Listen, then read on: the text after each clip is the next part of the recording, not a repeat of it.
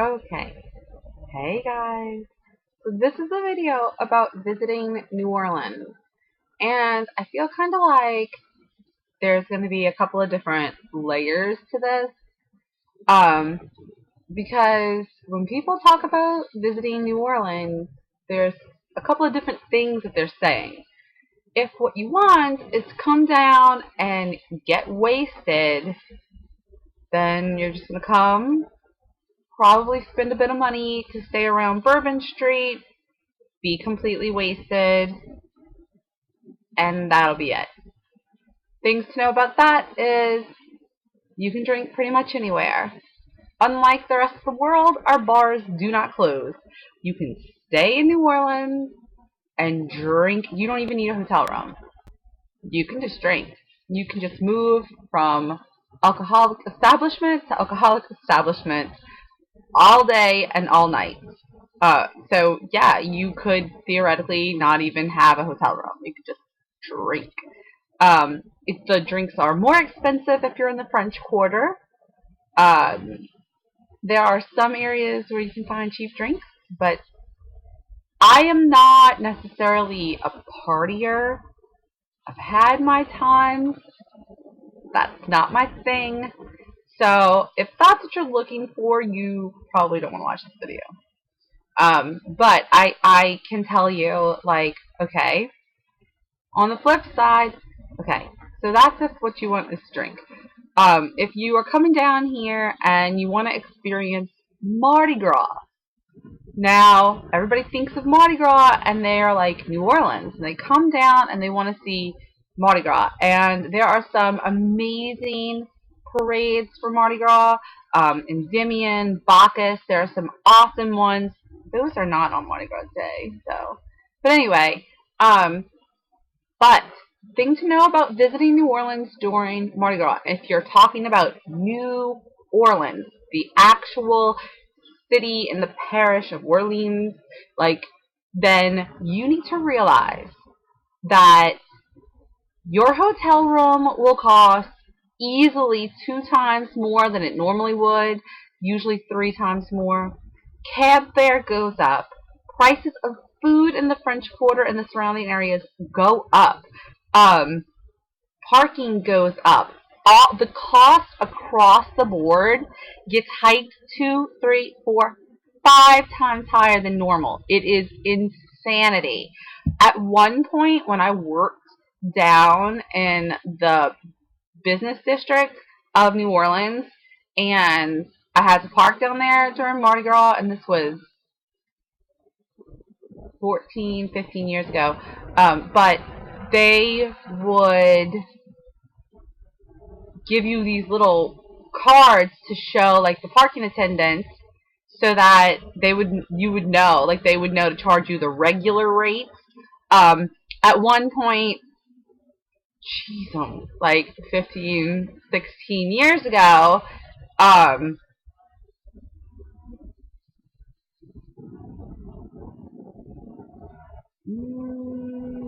yeah, 15, 16 years ago, like, when I was going down there, like, all the time, and I had friends, and, like, I was,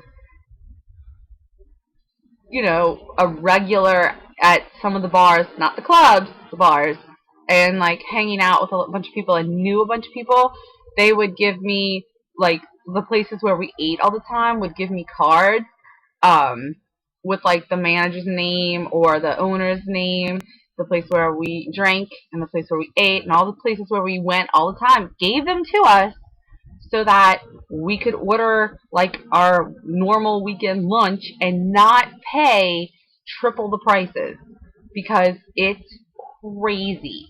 Okay? So not only are you paying a trash ton more, but you're dealing with the heaviest crowds New Orleans gets.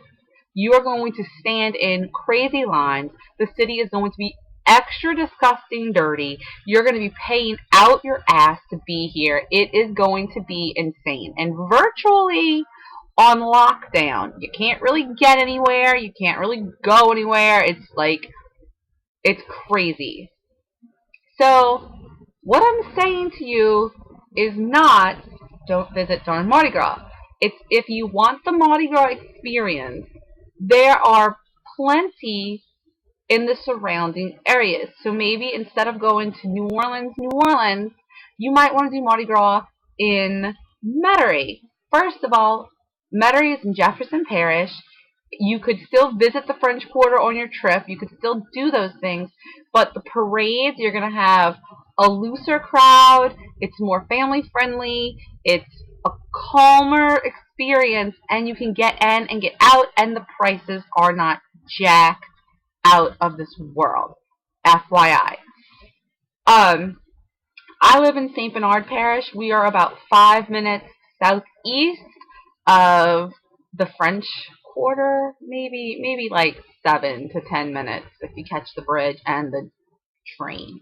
But so down here we have a parade. We used to have several. They've pared down since Katrina, but you could still come and have a really good day and really experience what Mardi Gras really is, which is like the people and the like laid back and the drinking and the eating and the just like it's like a giant tailgating party, but with everybody, and they throw stuff at you. It's really fun. But anyway, so you could experience it for like next to nothing, the cost of nothing, which is where I want to talk to you about visiting New Orleans. And you have like two ways to do it. You can stay in New Orleans, but it will cost you more. But you don't have to really get a car. You could probably walk most places. Like if you stay in the French Quarter, you could probably walk most places. I guess take the bus, public transportation. Or you can, if you're going to drive here, you'll have your car. But if you don't, if you're flying in, I would recommend having a transportation budget and renting a car. Understanding that you're going to have to factor in parking and everything else, but it is going to be so worth it because then you can stay slightly outside of the city, and that opens all kinds of doors.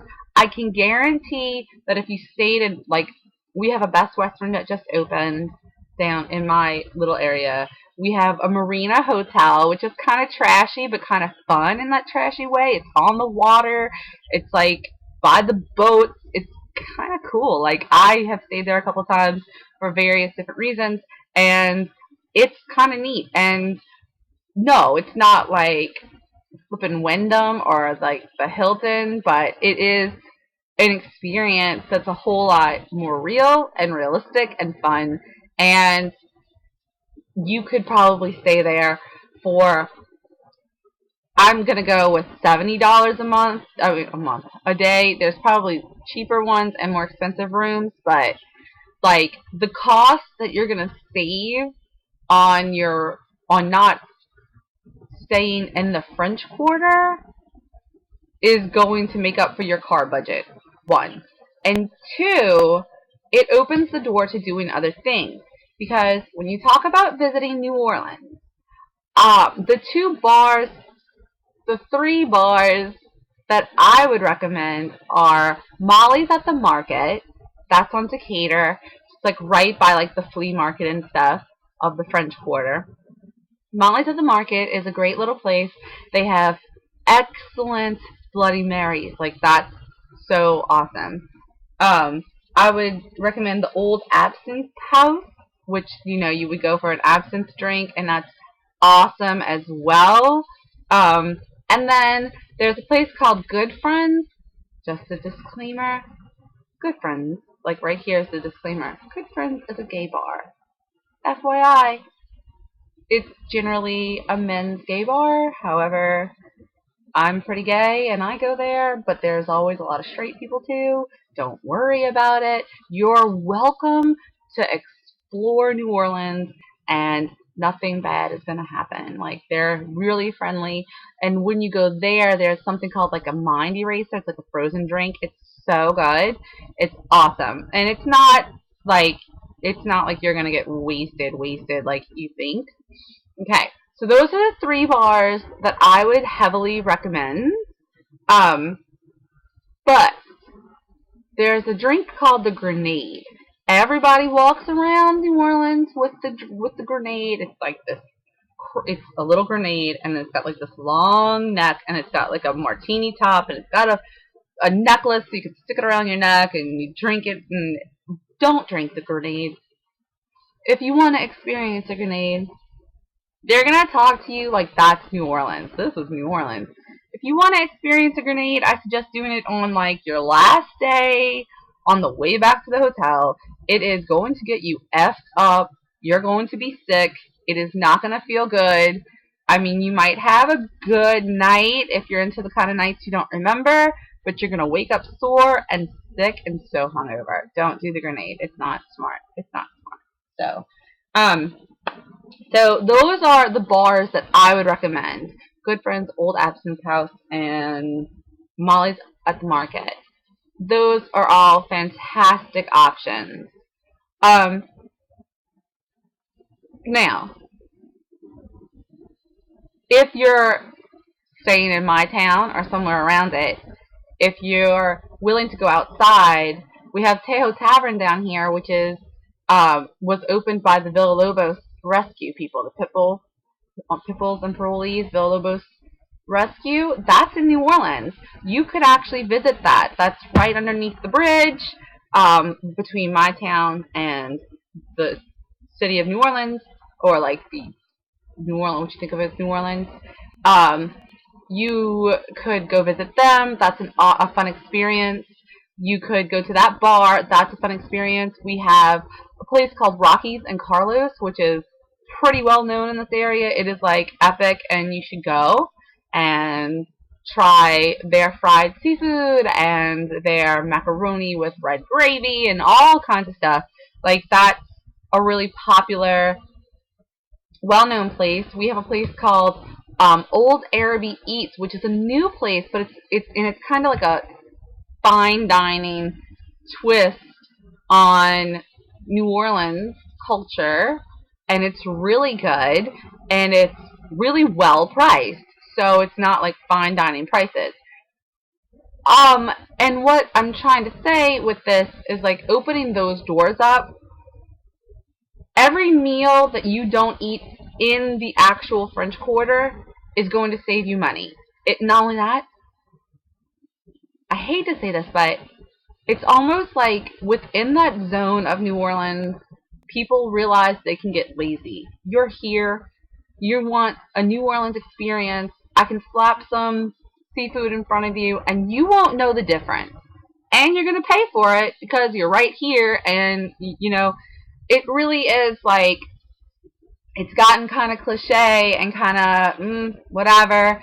So every meal, like, there are going to be some good meals in New Orleans. Don't get me wrong. There are some great restaurants if you're going to really search out. Like, if you're a foodie, then we need a whole different vlog. But if you're just going for, like, the typical New Orleans experience, you can have such a better experience by going right outside of New Orleans.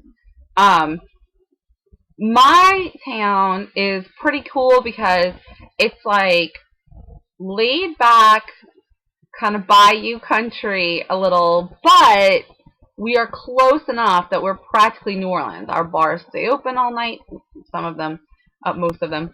Our food is culturally New Orleans. Like, we have really fresh seafood down here because we have the fishing and the crabbing and the shrimping and all that stuff right here on our docks. If you're staying at the Marina Hotel, you'll see them coming in with it.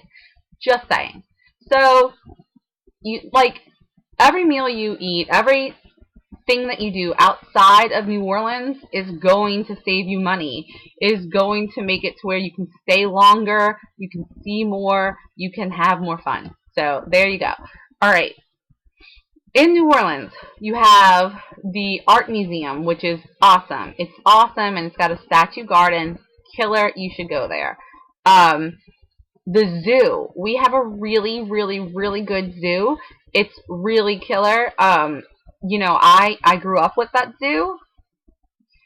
I had no idea that zoos were seriously like in the cartoons, like an animal sitting on a rock behind bars. No idea. Ours is so not like that. Our zoo is like built up. Every animal has a habitat. It is pretty incredible, and that is what I felt they all were. So I would definitely recommend our zoo, though it is under heavy construction often, and it can get expensive.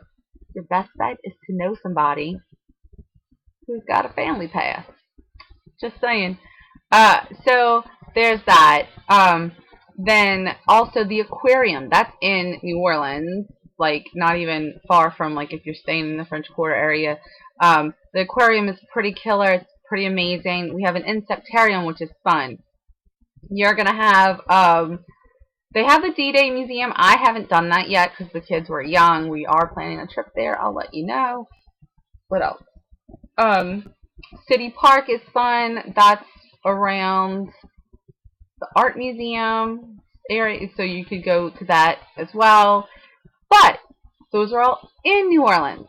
If you haunted tour, I would recommend if you really want to just see the city to take a tour. They have haunted tours, they have food tours, they have walking tours, they have chocolate tours, they have all kinds of tours. Pick one and take it. If you are a fitness person like myself, and so you want to kill two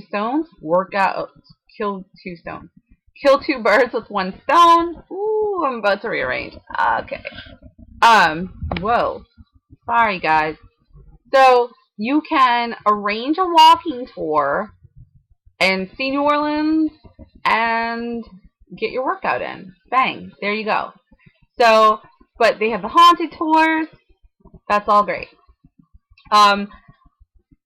There is Jackson Square and all of the like museum type, like the cathedral and stuff around there that you can go see. That's pretty awesome.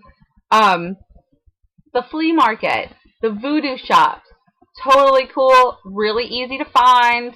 There's the New Orleans gym store. These are all in the French Quarter.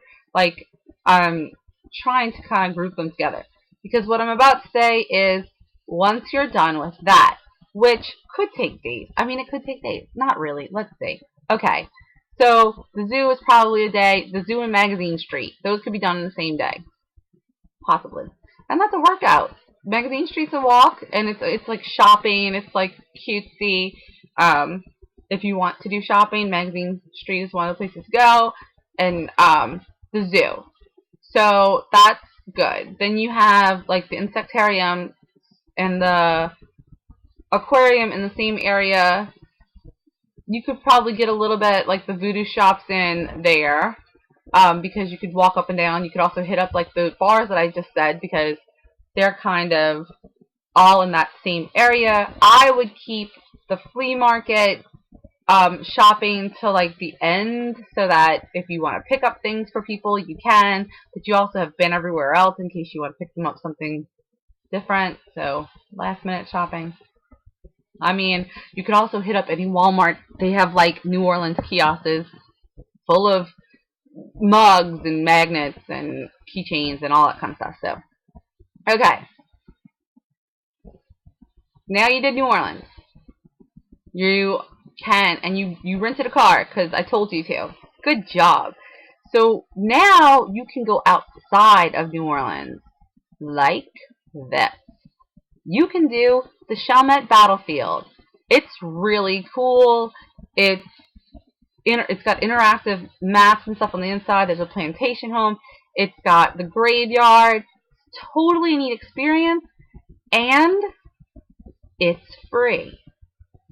Then while you're down here, you can eat at Old Arby's or at Rocky's and Carlos, either one. You can go to Tejo Tavern for a couple of drinks. That's all in my area. So there you go. There is, now we're going to go further away now. So plan on some driving. There is a place about an hour from New Orleans. I think it's in Folsom, and it's called Global Wildlife. It's basically a big safari with like zebras and all kinds of bison-like cows and giraffes and cool stuff like that. It's really neat. It's a good experience. Um, then there's the Abita Springs Mystery House, which if you go a certain way is on your way to Global Wildlife. If not, if you're staying in my area, it's on your way home.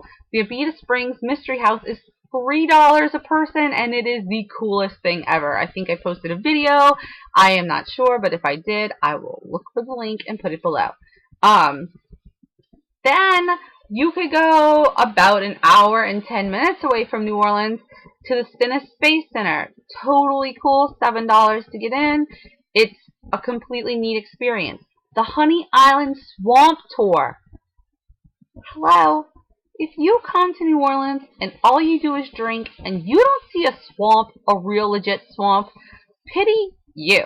If you haven't found at least one alligator by the time you leave, you have not actually experienced New Orleans. You have only done commercial New Orleans. Just letting you know.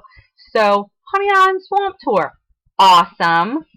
Or you could just come down by me and I could go alligator spotting with you at night with a flashlight. Kind of scary when you find them, but it's neat. So, I don't know. I don't know. Have to figure out what I would charge for a tour like that. If I'm going to get possibly eaten, it should probably pay me. Just saying. But we could do it. It's doable. But the Honey Island Swamp Tours, the Global Wildlife, the Abita Springs Mystery Museum. There's a bunch of free southern museums that are small but free over in Slidell and in Abita Springs and in those areas. So what I'm trying to say, and I guess the point I'm trying to make is, if you're going to visit, I would plan a nice chunk of time, like a week, and I would do like a week.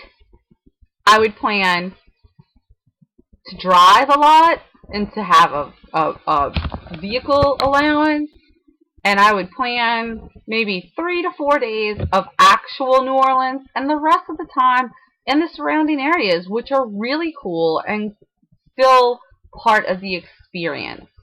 And maybe I should have put this part at the beginning because I don't know who's still watching it, but I really think the other thing you need to contemplate is the time of year you come. I would not, if I were you, plan a trip during September because you, like the August, okay, stop, scratch that. Do not plan a trip down here from like May to August because it's hot. It's a different level of hot. It's another level of misery. It is so hot and so humid, you might not be able to breathe because you're not used to breathing water. That's just how it is. And I am used to breathing water because I lived down here my whole life. And still, the boiling water that we call air during the summertime is hard to breathe. Don't come here in the summertime if you can avoid it. Because all of those things that I just told you to do involve walking and being outside. And all of them come off of the table during those months. It's hot. It's miserable. You will sweat through your clothes in the first 2 minutes of being awake. Your hotel room you're paying hundreds of dollars for in the French Quarter probably can't keep up with the demand for AC. All I'm trying to say is don't come in the summertime. There you go. So now that we have that off the table, let's look at September. I would plan my trip for September. My poor daughter, my oldest daughter, is born in September, and every birthday party we have actually pre-planned has been stormed out. The weather can get bad. It can be beautiful, but your likelihood of a hurricane or tropical storm is high in September. Technically, I don't think hurricane season ends until November sometime, but it's highly unlikely that we're going to get a November hurricane. It's pretty unlikely you're going to get an October one, but September is fair game, which means that if you plan your trip is fair game. You might wind up getting caught up in the contraflow, which is where they flip every entrance to the city of New Orleans gets turned into an exit. It's lovely. So you might get caught in contraflow, your flights might get canceled, you might be royally screwed. Not to mention, while most things do stay open because we are New Orleans and our bars don't close, if it gets bad enough, you will lose power. It will be disgusting. You don't want to be here. The footage of Katrina is all over the place. Check it out. If you don't believe me, I would not recommend a September trip. Okay. October. If you're going to aim for October, why not aim for late October so you can try to ensure that you have some good weather. It's October 2nd, and we're 65 degrees here. It was actually chilly this morning, and that's awesome. But in a day or two, it's going to be back up in the 90s, and that's going to go on for a while. We won't start staying cooler until like the end of October, possibly November. I mean, most Christmases, it's like 75 degrees here. So like an October, a late October, November, Christmas break is a great time to come. January, February, you might actually get some cold snaps, but it's nothing that's going to stop. We don't have snow. You won't get snowed in. You can still travel here. You will not get, you know, it's going to, actually, I don't mind being cold. I mean, I don't like being miserably cold. And there were like 3 miserably cold days last year, but seriously, it will not ruin your trip. You will be able to come. And if you're here for an entire week, I can guarantee that one of those days, it'll be warm enough to go to the zoo and see animals. So don't worry about it. So you're aiming for late October, November, December, maybe March, April. There you go. That's when you plan your trip down here. And I think I covered everything. I don't know, like I feel like there's so much to being down here, but that should pretty much cover it. Now, if you would like more information on the voodoo shops, please let me know, and I will do a video strictly on voodoo shops.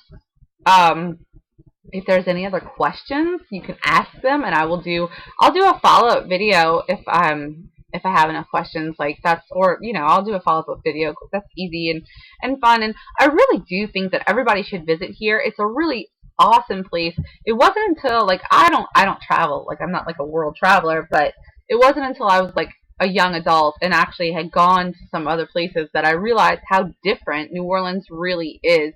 And what's crazy is that New Orleans is a whole different world, and because we live right outside of New Orleans, it's like we are this totally wild different place. Because there are other places that look like our town in the area surrounding New Orleans, but they're country. Like, they're straight up country.